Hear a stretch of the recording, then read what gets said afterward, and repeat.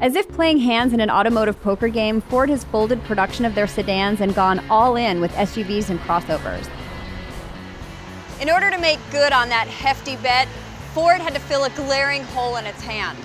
And so, they have played the subcompact SUV card. Enter the EcoSport.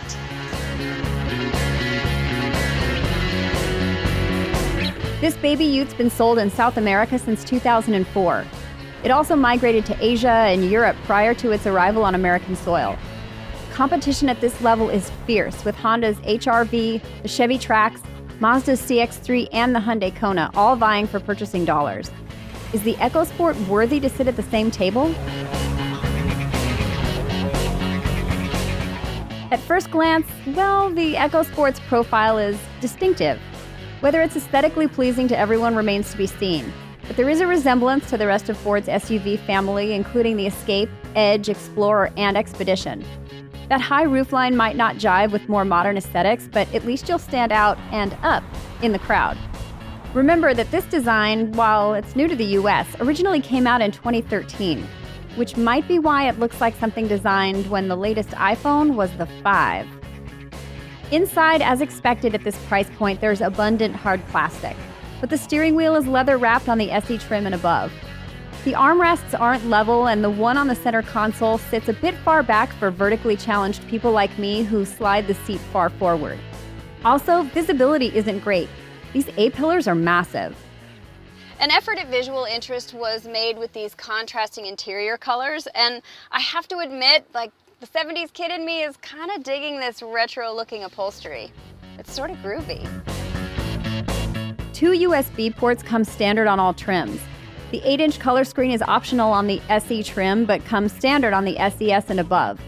Ford's very good Sync 3 Connect infotainment system is one of the more intuitive around to use. So the bad news in here is seat comfort, in that it's not. At least not for my body type. There's very little contour support in the seat cushion, and there's lumbar, but it's just not enough. I've been sitting in this car for a week and I still have yet to find a comfortable position for my body. And unless you know how to use this sort of unusual headrest mechanism, which nobody in the Kelley Blue Book office could figure out, then you're sitting in this sort of C-shaped position. This is a relief, but it's still not good. The rear seats sit fairly upright, though it's more supportive on the upper part of my body at least. There's no recline, and because of the camel hump and the center console's position, the middle seat isn't suitable for adult legs. When it comes to cargo space, the EcoSport is small for the category. The floor is adjustable though, so you can vary space or make it completely flat, albeit temporarily, for larger things. That's a great creative problem solve. But the back hatch uses an old-school swing door. Because of its diminutive size, the EcoSport is really easy to park in the city. But that also means that there's probably somebody parked pretty close behind you, making this hatch tricky to open. On the plus side, the EcoSport can pull its weight with a solid towing capacity of up to 2,000 pounds. That's a decent-sized great white shark, a Cessna, or 130,000 regular-sized marshmallows. You know, the downside to all of that hauling, though, is how you're going to actually get it anywhere. The EcoSport is not the most powerful subcompact SUV you can buy. The base car has a 1-liter inline 3-cylinder turbocharged engine producing 123 horsepower. Incidentally, that is the lowest displacement engine on the vehicle market today. Meanwhile, the optional 2-liter 4-cylinder engine produces 166 horsepower. That's more than the Honda HR-V, but less than the 2.4-liter engine found in the Jeep Renegade, which incidentally can also tow 2,000 pounds. Power in the EcoSport is sent through a 6-speed automatic transmission to the front tires or to all 4 wheels if you spring for the optional $1,500 all-wheel drive. Got good brakes though. Despite its modest acceleration, the EcoSport's fuel economy is 27 in the city and 29 in the highway on the front drive base model, and 23 in the city and 29 in the highway for the all-wheel drive version. Both are among the lowest in the segment. You know, I will say though, the SES's all-wheel drive sport-tuned suspension and the torque vectoring software that Ford's running on this makes for a driving experience that's almost spirited. But I'm going to seriously caveat that though and say with momentum. because before that, not so much.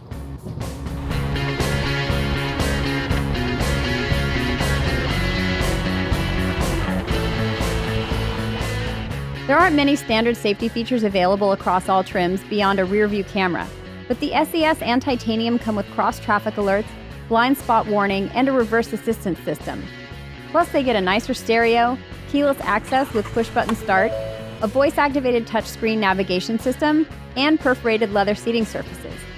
Pricing on our SES all-wheel drive comes in just under $28,000, but the base is closer to $21,000. Both of those numbers include destination charges. From some key competitors, you can get a lot more for the same or even less, though Ford may be more inclined than some car makers to offer incentives on their subcompact SUV. As we saw with the successful Fiesta, Ford knows how to play the subcompact game, but the EcoSport feels like more of a real gamble.